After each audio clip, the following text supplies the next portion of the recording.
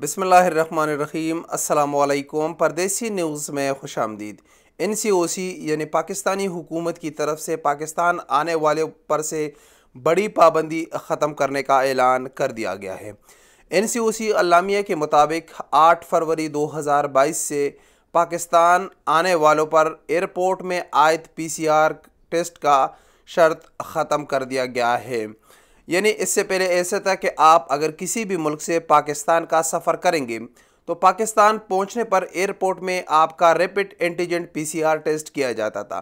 खुदा न ख्वास्ता अगर आपका टेस्ट पॉजिटिव आ जाता तो फिर आपको करंतना करना पड़ता था। करंतना के लिए हुकूमत की तरफ से मुख्तस जगह थी जिसका कोई फ़ीस नहीं था, मुफ्त आप वहाँ पर स्टे कर सकते थे।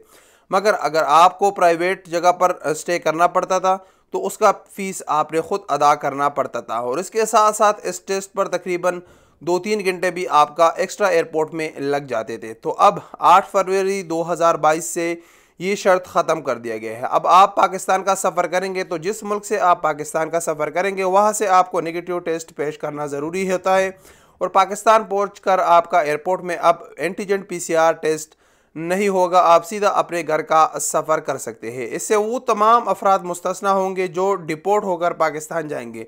जो लोग डिपोर्ट होकर पाकिस्तान जाएंगे उनका PCR टेस्ट एयरपोर्ट पर किया जाएगा, और इसका इतलाक़ 8 फरवरी 2022 से कर दिया गया है। तो ये काफ़ी खुश आइंद बात है।